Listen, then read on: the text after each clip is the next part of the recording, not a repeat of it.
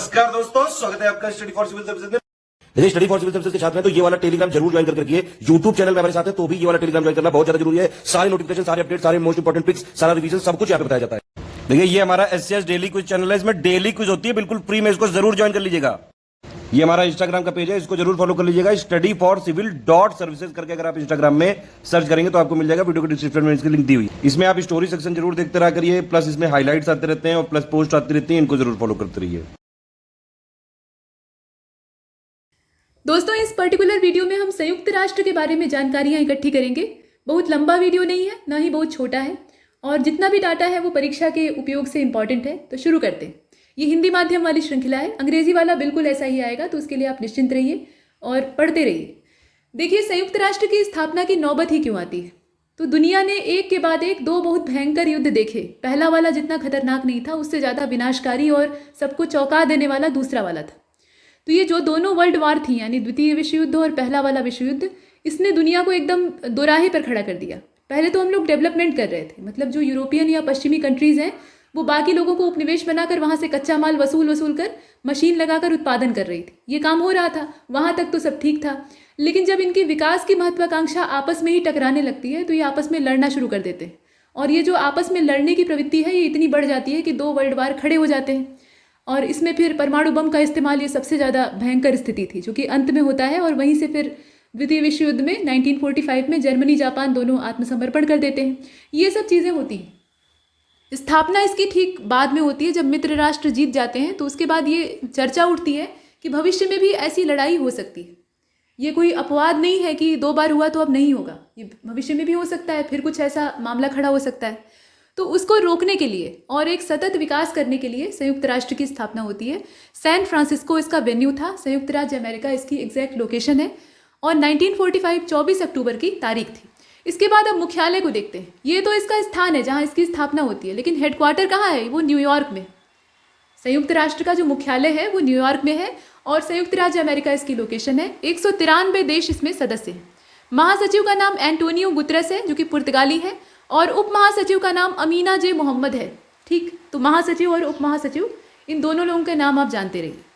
आधिकारिक भाषाओं की अगर बात करें, यानी ऑफिशियल लैंग्वेज, तो अरेबियन, चाइनीज़, अंग्रेज़ी, फ्रेंच, रशियन और स्पेनिश, ये भाषाएं अभी फ़िलहाल संयुक्त राष्ट्र के दायरे में आती हैं। हिंदी इससे बाहर है, हिंदी इसमें आधिकारिक भाषा के तौर पर शामिल नहीं है। संयुक्त राष्ट्र कोई एक संस्था या एक बड़ा सा डब्बा नहीं है, इसके अंदर बहुत सारे पार्ट हैं। ठीक, तो यहाँ पर इसके 6 प्रमुख भाग हैं। वैसे छोटे पार्टों की बात नहीं की जा रही है। तो 6 मुख्य भागों में पहला तो महासभा है, दूसरा सुरक्षा परिषद है। अब ये जो सुरक्षा परिषद है इसमें 15 सदस्य हैं, जिसमें से कि 5 स्थायी हैं। स्थायी सदस्यों के नाम पूछे जा सकते हैं। ठीक है, जहाँ फैक्चुअल डाटा पूछा जाता है एग्जाम में, वहाँ इसकी पूछ हो सकती है। तो चीन, रूस, फ्रांस, यूनाइटेड किंगडम और यूएसए, ये इसमें स्थायी सदस्य, और 10 अस्थायी सदस्य। अब 10 अस्थायी सदस्यों में हम भी शामिल हैं, यानी भारत। इसमें एस्टोनिया है, भारत है, आयरलैंड है, Kenya, Mexico, Niger, Norway, Saint Vincent, Grenadines, Tunisia और वियतनाम। ये क्या है? 10 अस्थायी मेंबर हैं। और इसके बाद जो तीसरा पार्ट संयुक्त राष्ट्र का है वो है आर्थिक और सामाजिक परिषद, जिसमें कि 54 सदस्य हैं।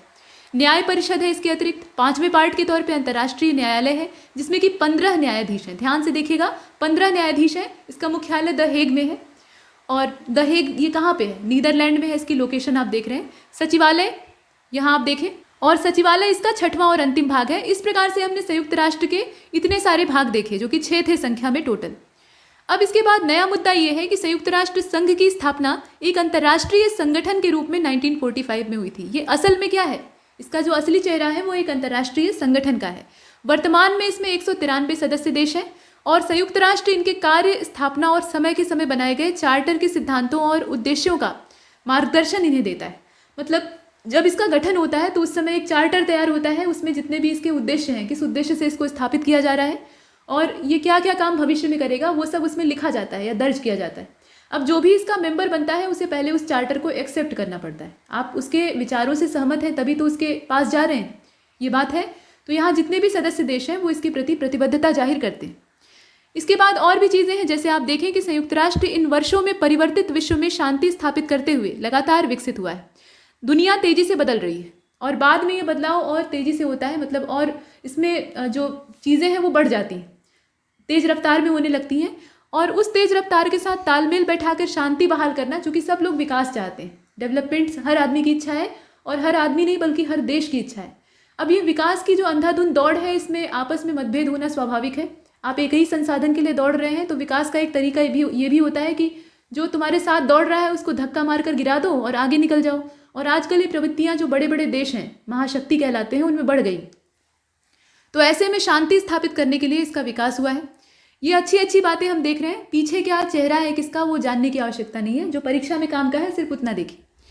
अब देखिए, यहाँ पर एक चीज समान है, बदलाव तो होते हैं लेकिन फिर भी एक चीज समान है, वो ये है कि एक स्थान पर बने रहना जहाँ विश्व के विभिन्न देश इकट्ठा हो सके और किसी साझी समस्या पे, जो कि कई सारे देशों की साझा समस्या है, उस पर चर्चा कर सके।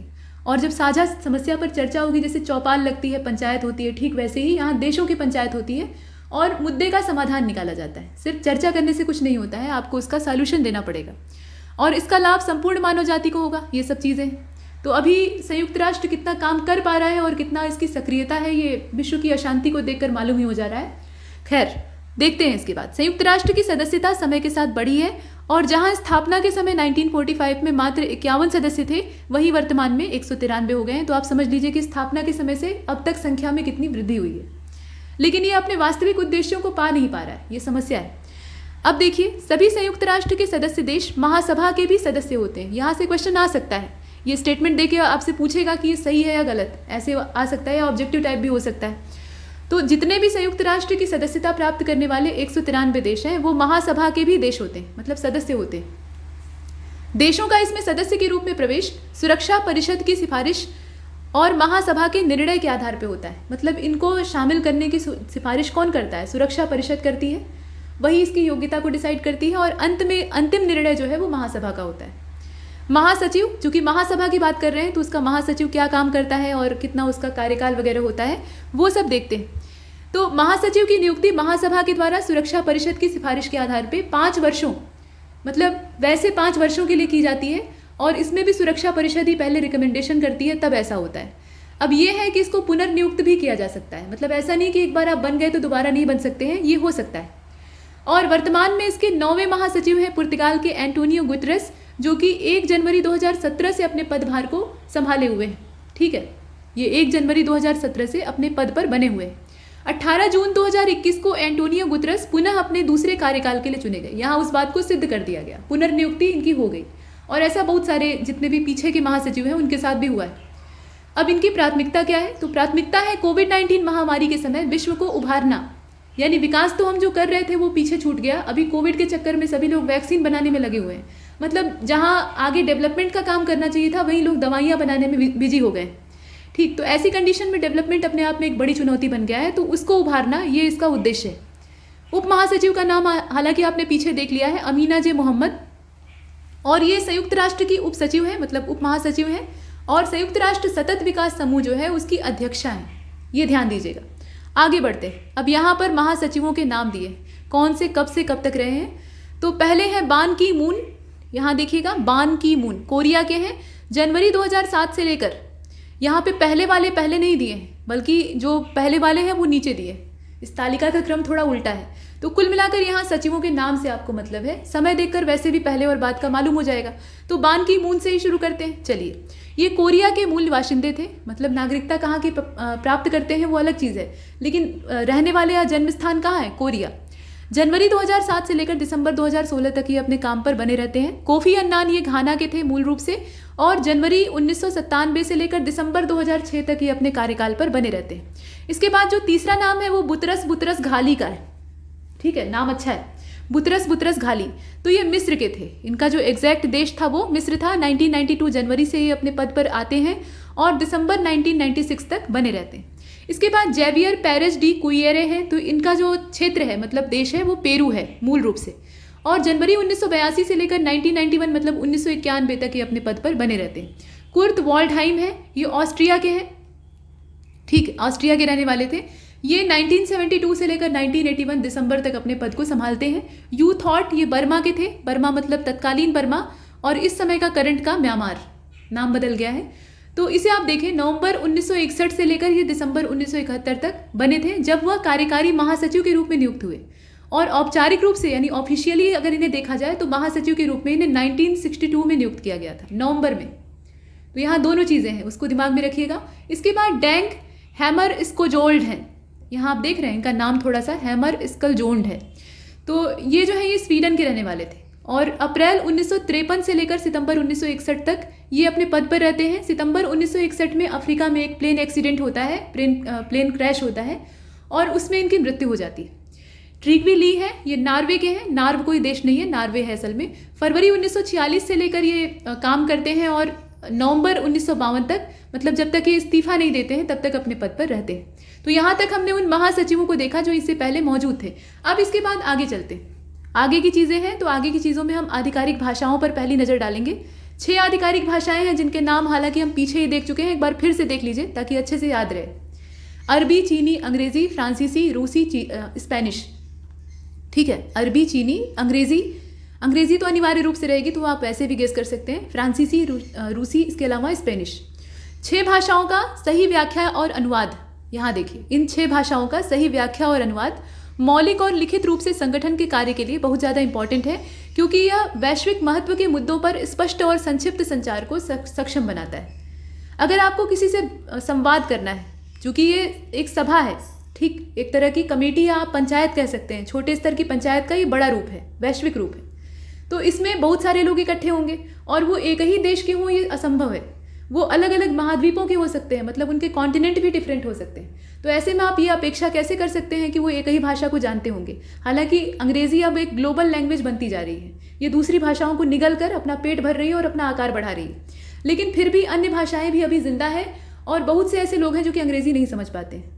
तो इसके लिए आवश्यक था कि जो बड़ी मेजॉरिटी वाली लैंग्वेज है उनको एक्सेप्ट किया जाए और उनको भी इस संयुक्त राष्ट्र के दायरे में लाया जाए, ताकि वहाँ पे दस्तावेजों का इस भाषा में अनुवाद हो सके और क्रियाकलाप इन भाषाओं के इस क्षेत्र में भी हो सके। हिंदी को भी इसमें शामिल करना चाहिए था, लेकिन ऐसा नहीं किया गया।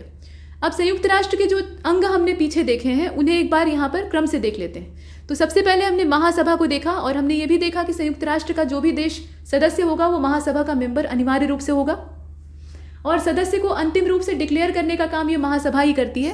तो यहाँ बताया गया कि ये मूल रूप से नीति निर्धारक है, ठीक है, मुख्य नीति निर्धारक है और एक रिप्रेजेंटेटिव अंग के तौर पे इसे देखा जाता है। संयुक्त राष्ट्र के सभी 193 सदस्य देश महासभा का प्रतिनिधित्व करते हैं, जो कि महासभा को एक संयुक्त राष्ट्र का ऐसा अंग बनाता है जो कि सार्वभौमिक प्रतिनिधित्व का स्थान देता है। मतलब ये एक तरह से यहाँ पर सबसे हेड के तौर पे देखा जा सकता है।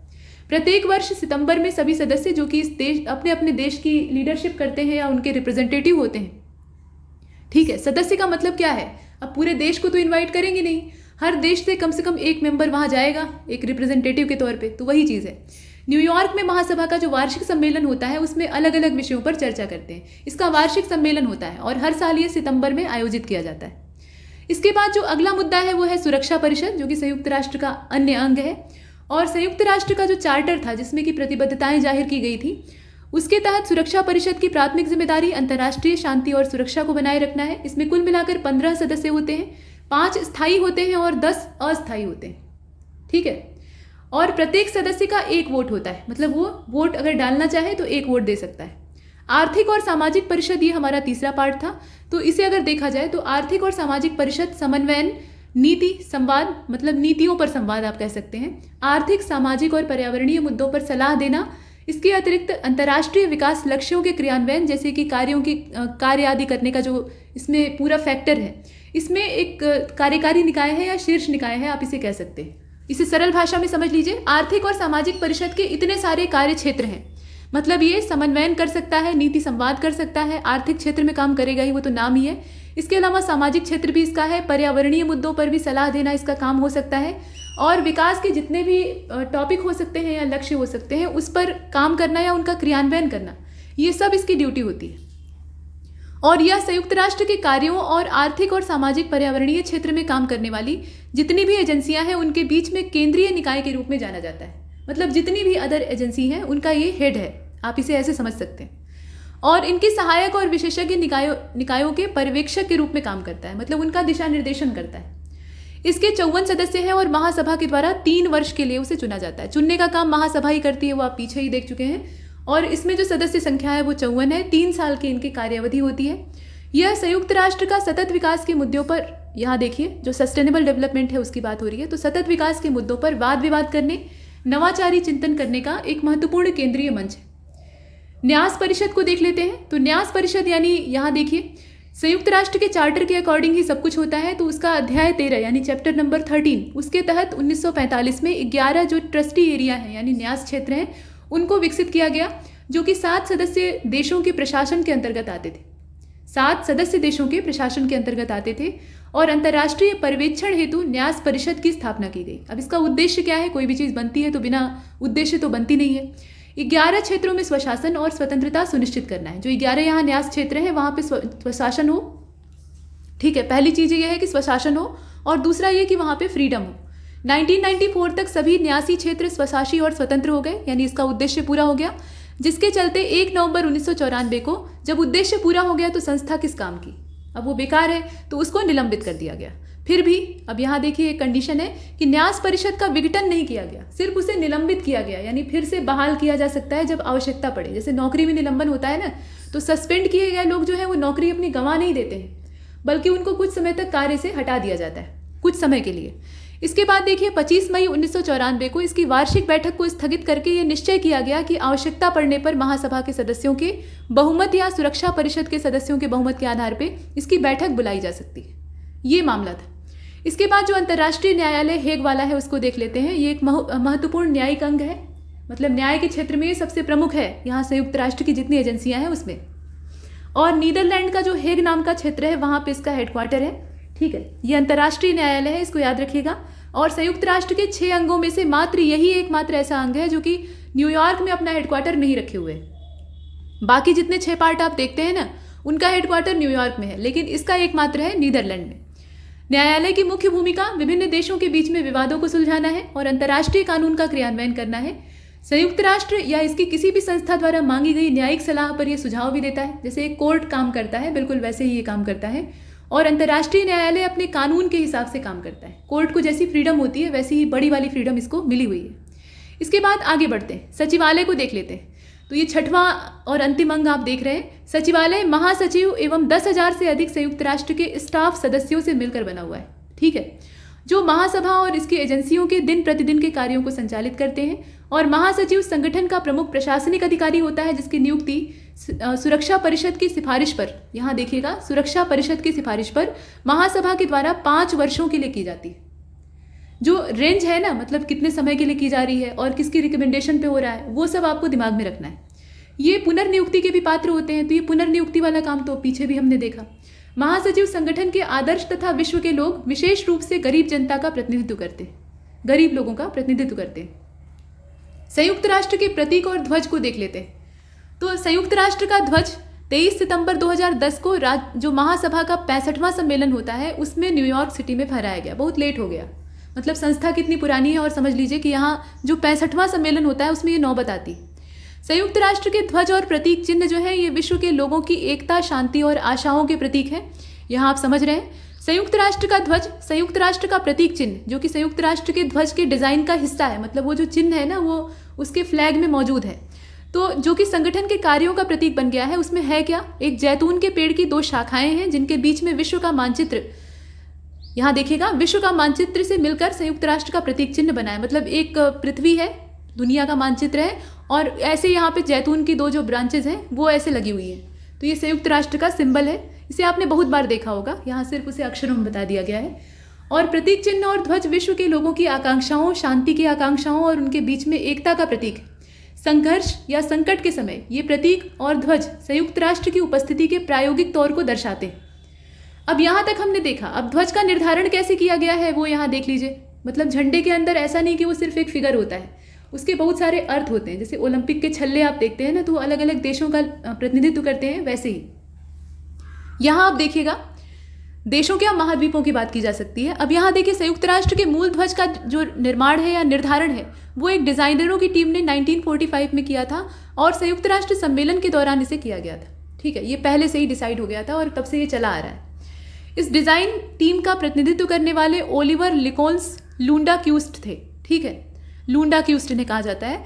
तो संयुक्त राष्ट्र का प्रतीक चिन्ह जैतून की 2 शाखाओं के बीच में विश्व मानचित्र के उत्तरी ध्रुव और नीले जल के 7 महाद्वीपों को प्रदर्शित करता है। मतलब पूरा जो पृथ्वी का ढांचा है उसमें उत्तरी क्षेत्र जो ध्रुवीय क्षेत्र है वो, इसके अलावा पूरा जो बीच का महाद्वीपीय भाग है वो सब उसमें दिखाया जाता है। यह मानचित्र यहाँ देखिएगा, यह मानचित्र 60 डिग्री दक्षिणी अक्षांश के साथ 5 संकेंद्रीय वृत्तों को प्रदर्शित करता है। मतलब यहाँ जो 60 डिग्री दक्षिणी अक्षांश है, जैसे हमारी अर्थ है ना, तो उसमें बीच में इक्वेटर हो गया, तो जो ये वाला पार्ट है नीचे वाला साउदर्न हेमिस्फीयर, यहाँ जितने भी आप लैटिट्यूड खींचेंगे यानी अक्षांश खींचेंगे वो सब दक्षिणी अक्षांश कहलाएंगे। तो उसमें से 60 डिग्री जो दक्षिणी अक्षांश है उसके साथ 5 संकेंद्रीय वृत्तों को ये प्रदर्शित करता है। इस समय यूएन ब्लू रंग ही चुना गया था। हालांकि आज इस्तेमाल किया जाने वाला जो यूएन ब्लू है वो पैंटोन मैचिंग सिस्टम 279 से थोड़ा अलग है। यह रंग पसंद, मतलब इस रंग की पसंद जो संगठन की दृश्य पहचान है उसके तौर पे देखी जाती है, मतलब उसका ये अभिन्न पार्ट है, सीधी सीधी बात। और नीला युद्ध के लिए, लाल जो है वो विरोध में शांति का जो प्रतिनिधित्व है उसको करता है। तो ये कुछ चीज़ें हमने बेसिक देखी हैं। अब इसमें आप ये चीज़ याद रख सकते हैं कि डिज़ाइनर कौन था या उसमें कौन कौन सी चीज़ें शामिल हैं और वो किस चीज़ का प्रतिनिधित्व कर रही हैं। इसके बाद अब ध्वज का अनुमोदन कैसे होता है वो देखिए। तो संयुक्त राष्ट्र का जो ध्वज है उसको 7 दिसंबर 1946 को महासभा के प्रस्ताव 167 क्लॉज 2 के द्वारा अनुमोदित किया गया था। और प्रस्ताव में ये कहा गया, जो प्रपोजल आता है कि 7 दिसंबर 1946 का महासभा का जो प्रस्ताव है उसके तहत नीले आधार पर संयुक्त राष्ट्र के औपचारिक ध्वज को अपनाया जाता है। ये सेंटेंस था जो कि वहाँ पर वर्ड टू वर्ड बोला गया था अंग्रेजी भाषा में। अब इसके बाद देखिए संयुक्त राष्ट्र के प्रतीक और ध्वज का उपयोग। तो यहाँ पर संयुक्त राष्ट्र का जो प्रतीक है वो यूएन के कार्यों में स्टॉम्प के तौर पे यूज़ होता है। मतलब वो एक मुहर होती है जो कि मान्यता प्राप्त मुहर है संयुक्त राष्ट्र की। तो यहाँ तक तो हमने देखा, लेकिन अब देखेंगे इतिहास। तो इतिहास में जैसा कि शुरू में ही जिक्र कर दिया गया था, विश्व में जो डामाडोल वाली स्थिति थी, अशांति फैली हुई थी, मतलब पूरी दुनिया एक तरह से युद्ध से कराह रही थी। 2 बड़े बड़े जो युद्ध हैं वो लड़े गए और लगातार अशांति ही अशांति थी। और अंत में ऐसा कंडीशन आ जाती है कि आर्थिक ढांचा एकदम से डैमेज सब देशों का हो जाता है। तो यहाँ आप देखें द्वितीय विश्व युद्ध की समाप्ति के बाद यहाँ देखिएगा 1945 में देशों की दयनीय स्थिति को सुधारने के लिए, विश्व में शांति बहाल करने के लिए 50 सदस्य देशों ने, यहाँ देखें 50 सदस्य देशों ने 25 अप्रैल 1945 से लेकर 26 जून 1945 के बीच में कैलिफोर्निया के सैन फ्रांसिस्को में संयुक्त राष्ट्र के सम्मेलन में भाग लेने हेतु प्रतिबद्धता जाहिर की। मतलब वहाँ वो इकट्ठे होते हैं और आने वाले 2 महीनों में इन्होंने आगे की अंतर्राष्ट्रीय संस्था की स्थापना के लिए चार्टर तैयार किया। मतलब युद्ध के बंद होने से पहले से ही प्रयास शुरू हो गए थे, क्योंकि दुनिया युद्ध से ऊब चुकी थी और ये मित्र राष्ट्र जो है यहाँ समाधान निकालने का प्रयास कर रहे थे। अब इसका ये कतई मतलब नहीं है कि जो मित्र राष्ट्र है वो कतई हीरो हैं। उसमें से कुछ लोगों ने विलन जैसा काम किया था और इस युद्ध को उकसाने के लिए जो असली जिम्मेदार थे वो भी मित्र राष्ट्र थे। धुरी राष्ट्र तो बेचारे बाद में प्रोटेस्ट करने के लिए आगे आते हैं और फिर लड़ाई होती है। ठीक है, हिटलर को पैदा करने वाला अमेरिका था, तो खैर वो अलग चीज़ है, लेकिन यहाँ जो बैठकें हैं वो पहले से शुरू हो जाती हैं, ये आप देख रहे हैं। और तीसरे विश्व युद्ध से दुनिया को बचाने के लिए और एक बेहतर भविष्य का निर्माण करने के लिए इसकी नींव रखी जाती है। तो ये कॉमन सी बात है, आप सभी जानते हैं।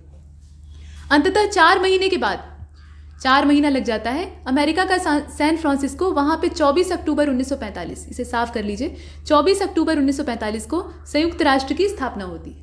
इसके अस्तित्व में आने के बाद इसके चार्टर को चीन, फ्रांस, सोवियत रूस, उस समय रूस एक एकीकृत रूस था, मतलब सोवियत संघ था, तो वो वाला, इसके अतिरिक्त यूनाइटेड किंगडम और अमेरिका और साथ में अन्य देशों ने भी मंजूरी दी थी। अब 75 साल से भी अधिक समय के बाद संयुक्त राष्ट्र अंतर्राष्ट्रीय शांति और सुरक्षा को बनाए रखने, जरूरतमंदों को मानवीय सहायता प्रदान करने और मानव अधिकारों की रक्षा करने तथा अंतर्राष्ट्रीय कानून के क्रियान्वयन जैसे कार्यों को करने में लगा हुआ है। सफलता कितनी मिल रही है वो अलग चीज़ है, लेकिन संलग्न तो है ही है, काम कर रहा है इस दिशा में और ऐसी संस्था होनी चाहिए। इसके अलावा संयुक्त राष्ट्र नए कार्य में भी संलग्न होता है, मतलब जो उस समय चार्टर में शामिल नहीं थे और समय की आवश्यकता के साथ वो भी करने ज़रूरी है, तो उनको भी संयुक्त राष्ट्र करता है। ऐसा नहीं कि वो एकदम वहीं पर अड़ा हुआ है, लकीर का फकीर नहीं है, नवोन्मेषी है। संयुक्त राष्ट्र ने 2030 तक सतत विकास लक्ष्यों की प्राप्ति का भी लक्ष्य रखा है। ठीक है, ये जो सस्टेनेबल डेवलपमेंट गोल है ये एक नवोन्मेषी पहल है, तो ये भी की गई। अब इसमें देखिए, जो सभी के लिए सतत और अच्छे भविष्य की प्राप्ति में सहायक होंगे, संयुक्त राष्ट्र के सदस्य देश जलवायु एक्शन प्लान के माध्यम से ग्लोबल वार्मिंग को कम करने पर भी सहमत हुए। ठीक है, तो पर्यावरण संबंधी जो मुद्दे हैं वो भी इसकी प्रायोरिटी बन गए हैं। पूर्व की अनेक उपलब्धियों के साथ संयुक्त राष्ट्र भविष्य की उपलब्धियों पर ध्यान दे रहा है और संयुक्त राष्ट्र का इतिहास अभी भी लिखा जा रहा है। ठीक है, तो सीधी बात है कि कोई भी संस्था सिर्फ पीछे काम करके वहीं पर समाप्त हो गई हो तब तो उसका इतिहास लिखकर ख़त्म कर दिया जाएगा, एक किताब पब्लिश हो जाएगी, लोग पढ़ेंगे शौक से। लेकिन समस्या यह है कि अभी तो ये चल रहा है, लगातार काम कर रहा है, तो इतिहास में नए नए पन्ने जुड़ते जाएंगे, तो सब समसामयिक। इसके बाद अब अगले वाले हिस्से को देखते हैं। तो अब अगले वाले हिस्से में हम एक बड़ी सी टेबल देख रहे हैं और इस बड़ी सी टेबल में हम जो महत्वपूर्ण संयुक्त राष्ट्र की एजेंसियां हैं, महत्वपूर्ण सिर्फ उतनी ही, उनके नाम देखेंगे, स्थापना का वर्ष देखेंगे, मुख्यालय देखेंगे और उद्देश्य देखेंगे। चलिए देखते हैं। सबसे पहला हमारा अंतर्राष्ट्रीय दूरसंचार संघ है, जिसे कि ITU कहा जाता है शॉर्टकट में। 1865 में ये स्टैब्लिश हुआ था। ठीक है, मुख्यालय इसका जेनेवा स्विट्जरलैंड में। ये संयुक्त राष्ट्र से भी पुरानी संस्था है। और ITU सूचना और संचार प्रौद्योगिकी के लिए संयुक्त राष्ट्र की एक विशेष एजेंसी है। इसके बाद अगले वाले को देखते हैं, जो कि है ILO यानी अंतर्राष्ट्रीय श्रम संगठन, और ये 1919 में स्थापित होता है। जेनेवा स्विट्जरलैंड इसका भी मुख्यालय है। श्रमिकों की स्थिति और जीवन स्तर में सुधार करना, ये इसका मूल उद्देश्य है। अंतर्राष्ट्रीय मुद्रा कोष IMF 1944 में स्टैब्लिश होता है, वॉशिंगटन DC यानी USA। और अंतर्राष्ट्रीय मौद्रिक सहयोग को बढ़ावा देना, ये इसका मूल कार्य है और भारत इसका सदस्य है। इसके बाद संयुक्त राष्ट्र बाल कोष यानी यूनिसेफ, जिसे आप कई बार देखते हैं, तो 1946 में ये स्टैब्लिश होता है और न्यूयॉर्क सिटी जो USA की है वहाँ पे इसका हेडक्वार्टर है। दुनिया भर के बच्चों के कल्याण को बढ़ावा देना, ये इसका पर्पज़ है। खाद्य और कृषि संगठन यानी FAO जो है उसकी बात हो तो ये 1945 का है। रोम जो है इटली का, मतलब रोम शहर है इटली का, तो वहाँ इसका मुख्यालय है। और देखिए, ग्रामीण आबादी के रहने की जो स्थिति है, मतलब उनका जीवन स्तर, उसको सुधारना इसका मूल उद्देश्य है। इसके अतिरिक्त संयुक्त राष्ट्र शैक्षणिक, वैज्ञानिक और सांस्कृतिक संगठन यानी यूनेस्को 1945 का है। फ्रांस की राजधानी पेरिस, वहाँ पे इसका हेडक्वार्टर है। और शिक्षा, विज्ञान, संस्कृति के माध्यम से राष्ट्रों के बीच का जो सहयोग है उसको बढ़ावा देना, धरोहरों का संरक्षण करना आदि इसके उद्देश्य हैं। WHO को देखते हैं, विश्व स्वास्थ्य संगठन, जिसपे कि अभी बहुत कोरोना काल में संगीन आरोप लगे थे। तो विश्व स्वास्थ्य संगठन 1948 में स्टैब्लिश हुआ था। जेनेवा स्विट्जरलैंड इसका भी हेडक्वार्टर है। सभी लोगों द्वारा स्वास्थ्य के उच्चतम संभव स्तर की प्राप्ति करना, ये इसका मेन मोटिव है। अंतर्राष्ट्रीय परमाणु ऊर्जा एजेंसी यानी IAED, माफ कीजिएगा IAEA, अंतर्राष्ट्रीय परमाणु ऊर्जा एजेंसी 1957 में स्टैब्लिश होता है। वियना जो ऑस्ट्रिया का है वहाँ पे इसका हेडक्वार्टर है। परमाणु ऊर्जा के क्षेत्र में शांतिपूर्ण उपयोग को बढ़ावा देना। देखिए, परमाणु ऊर्जा को आजकल प्राप्त कर लेना कोई खास बड़ी बात नहीं, लेकिन उसका सही जगह पर इस्तेमाल करना ये बहुत कम ही देश जानते हैं। और हथियार सबके पास लगभग हैं जो संपन्न हैं थोड़े से। ये बहुत खतरनाक स्थिति है। मतलब अगर वो गलत हाथों में पड़ते हैं या दिमाग किसी का घूम जाता है तो पूरी दुनिया तबाह हो जाएगी, इसमें कोई संदेह नहीं है। क्योंकि जिस समय अमेरिका ने हिरोशिमा और नागासाकी को बर्बाद किया था, उस समय परमाणु बम की अभी टेस्टिंग चल रही थी और अमेरिका ने परीक्षण जापान पर ही कर दिया। लेकिन अब जापान के पास भी उतने ही हथियार हैं, तो बदले में जो प्रतिक्रिया होती है वो शुरू हो जाएगी। तो एक दूसरे के ऊपर परमाणु बम गिराने का जो चलन है वो शुरू हो जाएगा और इससे दुनिया में कुछ नहीं बचेगा। इसके बाद चलते हैं आगे, तो उसमें उस दिशा में काम करने का ये जो एजेंसी है ये काम करती है, मतलब शांति बहाल करना। अंतर्राष्ट्रीय विकास संघ IDA को देख रहे हैं आप, तो ये 1960 में इस्टेब्लिश होता है। वॉशिंगटन DC में इसका भी हेडक्वार्टर है। विश्व बैंक से संबद्ध ये एजेंसी है और अल्प विकसित देश जो है उनमें जीवन स्तर को बढ़ाने में ये सहायता करती है। इसके बाद देखिए, संयुक्त राष्ट्र विकास कार्यक्रम यानी UNDP, United Nation Development Programme, ये न्यूयॉर्क सिटी में अपना हेडक्वार्टर बनाए हुए हैं। 1965 में स्टैब्लिश होता है और जितने भी विकासशील देश हैं जो कि अभी डेवलपमेंट कर रहे हैं, पूरी तरह से डेवलप नहीं है, तो उनके प्राकृतिक और मानव संसाधनों की धन उत्पादन क्षमता को बढ़ाने में सहायता करना। नेक्स्ट, UNEP को आप देख रहे हैं, यूनाइटेड नेशन एनवायरमेंटल प्रोग्राम 1972 में स्टैब्लिश होता है। नैरोबी जो है केन्या का, वहाँ पे इसका हेडक्वार्टर है और मानव पर्यावरण में अंतर्राष्ट्रीय सहयोग को बढ़ावा देना, ये इसका उद्देश्य है। पर्यावरण के बारे में जागरूकता देर से आती है। इसके अतिरिक्त आप देखें, विश्व व्यापार संगठन यानी वर्ल्ड ट्रेड ऑर्गेनाइजेशन, WTO का नाम है, तो 1995 में ये स्टैब्लिश होता है। हालांकि गार्ड के रूप में ये पहले से मौजूद रहता है, ठीक है, बाद में इसका नाम चेंज हो जाता है।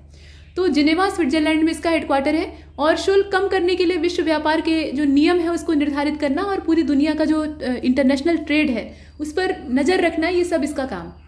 इसके बाद आप नीचे देख रहे हैं UNODC यानी संयुक्त राष्ट्र मादक पदार्थ और अपराध कार्यालय, वियना ऑस्ट्रिया जो है, मतलब ऑस्ट्रिया का वियना क्षेत्र, वहाँ पे इसका हेडक्वार्टर है। 1997 में ये स्टैब्लिश हुआ था और मादक पदार्थों के सेवन की रोकथाम और उपचार और देखभाल, मादक पदार्थों को उपजाना या बनाना, ये सरकार की या जो देश इसे उत्पन्न करते हैं उनकी विवशता होती है, क्योंकि इनसे दवाइयाँ भी बनती हैं, अन्य जो उपयोगी चीज़ें हैं वो बनती हैं, लेकिन इसका जो दुरुपयोग है वो ज़्यादा होता है। मतलब टेररिस्ट फंडिंग के लिए इसको खरीदा और बेचा जाता है। जैसे अफगानिस्तान में आजकल अशांति देख रहे हैं, तो तालिबान का इतना ज़्यादा पर्सनल इंटरेस्ट क्यों है? क्योंकि तालिबान की शह पर ही वहाँ पहले अफीम की खेती होती थी और गवर्नमेंट का उस पर कोई खास कंट्रोल नहीं होता था। और आप जानते हैं कि दुनिया का 70% से भी ज़्यादा अफीम वहीं से प्रोड्यूस होता है। तो अब तालिबान ने वहाँ की राजधानी पर कब्जा जमा लिया है, मतलब पूरा अफगानिस्तान उन्होंने एक बार फिर से कैप्चर कर लिया है। तो अब वो क्या करेंगे, जितना भी वहाँ अफीम की खेती हो रही है उससे जितना भी मुनाफा होगा उससे हथियार खरीदेंगे, दुनिया को तबाह करने में लगाएंगे। ये उनका उद्देश्य भी है, आतंक फैलाना। तो यहाँ आप देख रहे हैं 1997 में ये इस्टेब्लिश हुआ और मादक पदार्थों के सेवन से रोकथाम, उपचार आदि करना, ये इसका उद्देश्य है। संयुक्त राष्ट्र महिला संस्था या एजेंसी जो है, तो ये वाला आप देखें 2010 में स्थापित हुआ था। लैंगिक समानता पहला इसका मेन टारगेट है और महिला सशक्तिकरण यानी जो वुमेन एम्पावरमेंट है उसको बढ़ावा देना, ये इसका उद्देश्य है। न्यूयॉर्क में ही इसका मुख्यालय है, तो ज़्यादा पीछे जाने की आवश्यकता नहीं।